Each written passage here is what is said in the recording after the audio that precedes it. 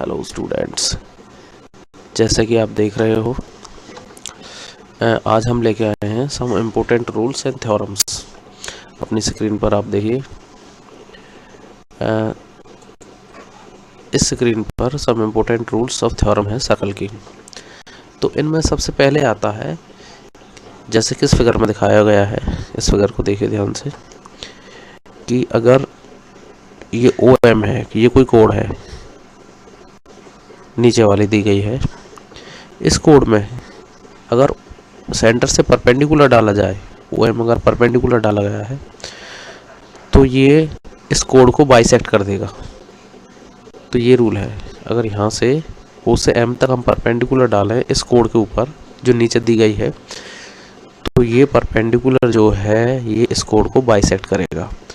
दूसरा रूल ये है कि if mid point of code is joined from centre of a circle then joining line segment is perpendicular to code. अगर इसके mid point को हम इस सेंटर से ज्वाइन कर दें तो ये माना जाता है कि मिड पॉइंट और सेंटर को, इसके मिड पॉइंट को, कोड के मिड पॉइंट को और सेंटर को ज्वाइन करने से जो लाइन सेगमेंट बनता है वो इस कोड पर परपेंडिकुलर रहता है। तो ये दोनों रूल्स एक दूसरे के विपरीत है, उल्टा है, तो ये ध्यान रखना है। और इसके साथ हम शुरू करते हैं next rule, equal code subtend equal angle on centre. तो जैसे तुम देख रहे हो कि एंगल AOB है और एंगल DOC, यानी ये वाला एंगल, O पर जो एंगल बने हुए हैं किस कोड से, AB कोड से और CD कोड से। तो ये वाले जो दोनों एंगल हैं, ये दोनों एंगल कैसे होंगे, इक्वल होंगे, बशर्ते कि ये कोड इक्वल होनी चाहिए, AB और CD। तो कहने का मतलब ये है कि इक्वल कोड जो है एक जैसे या इक्वल एंगल जो है सेंटर पर सबटेंड करते हैं। तो ये रूल है, रूल नंबर 3, ये ध्यान रखना है। इससे अगला रूल है रूल नंबर 4, इक्वल कोड are equidistance from centre. जो इक्वल कोड होती हैं, अगर ये इक्वल कोड हैं, जैसे फिगर में दिखाया गया है AB और CD दो इक्वल कोड हैं, ये सेंटर O से इक्वल डिस्टेंस पर होंगे, यानी कि OM की डिस्टेंस ON की डिस्टेंस के बराबर होगी, OM बराबर ON होगा। इक्वल कोड हमेशा सेंटर से इक्वल दूरी पर, बराबर दूरी पर होती है। इससे अगला रूल है हमारा, एंगल ऑफ सेम कोड या आर्क आर इक्वल। देखो जैसे AB कोड दे रखी है, इसके नीचे आर्क AB है, इसी आर्क पर दो एंगल बने हुए हैं, ADB यानी D पर बना, कौन, ACD यानी C पर बना, ये दोनों एंगल इक्वल होते हैं।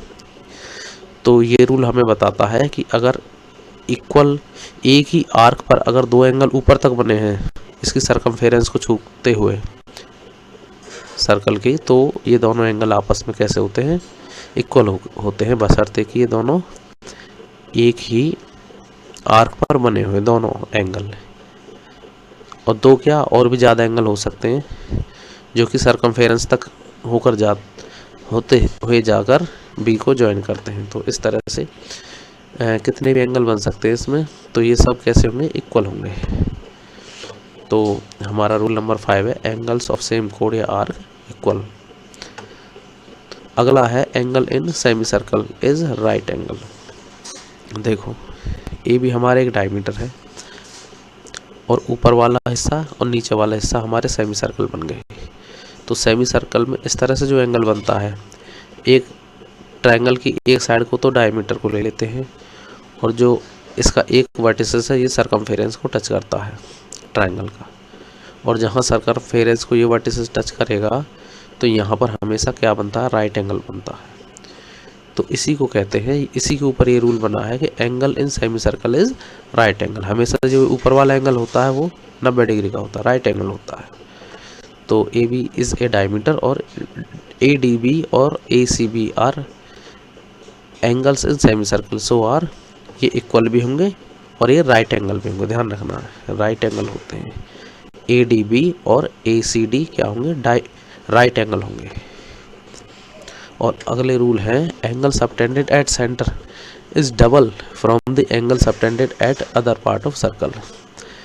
तो ये रूल हमें बताता है कि अगर दो रेडियस हैं OB और OC, इसके जो बीच का जो एंगल है और यानी कि BC आर्क पर एक तो सेंटर पर एंगल बन गया और BC आर्क से एक सर्कल के अदर पार्ट पर एंगल बन गया।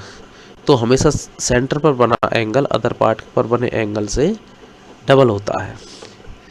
तो ये ध्यान रखना, एक ही आर्क से अगर BC पर भी एंगल ये O पर एंगल बन गया सेंटर पर और अदर पार्ट पर एंगल बन गया, तो सेंटर वाला एंगल अदर पार्ट पर बने एंगल से डबल होता है।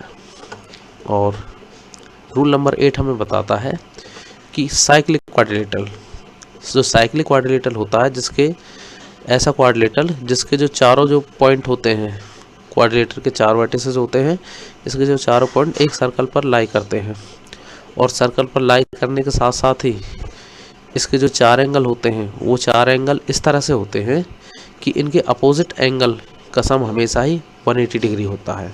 यानी P और Q मिलके, जैसे इसमें 4 एंगल दे रखे हैं X, Y और P और Q, तो ये जो 4 एंगल हैं इनका सम तो 360 होता है क्वाड्रिलेटरल में, लेकिन साइक्लिक क्वाड्रिलेटरल तब होगा ये जब इसके अपोजिट एंगल का, जैसे X और Y अपोजिट है तो इनका सम कितना होना चाहिए 180 और P और Q का सम भी कितना होना चाहिए 180।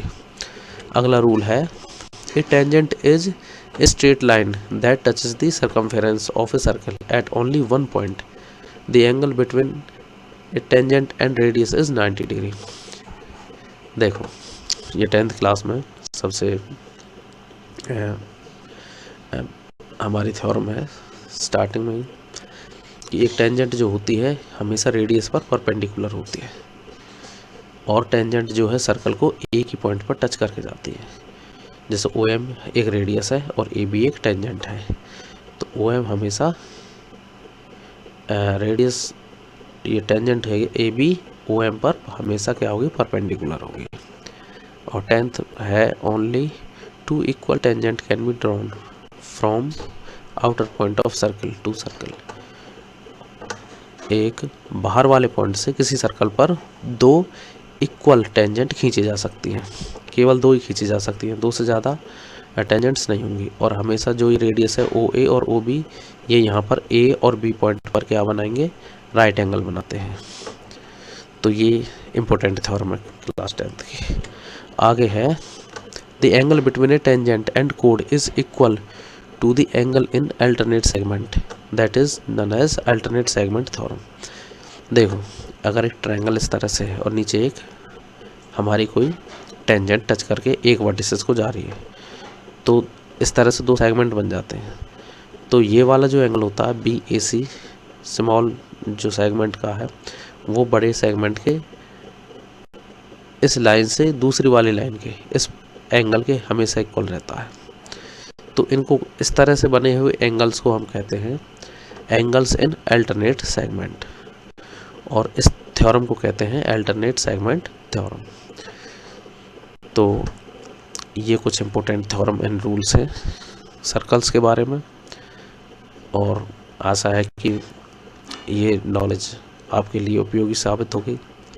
इसी के साथ हम ये वीडियो बंद करते हैं और अगला वीडियो हम जल्द ही क्वेश्चनों के ऊपर लेके आएंगे।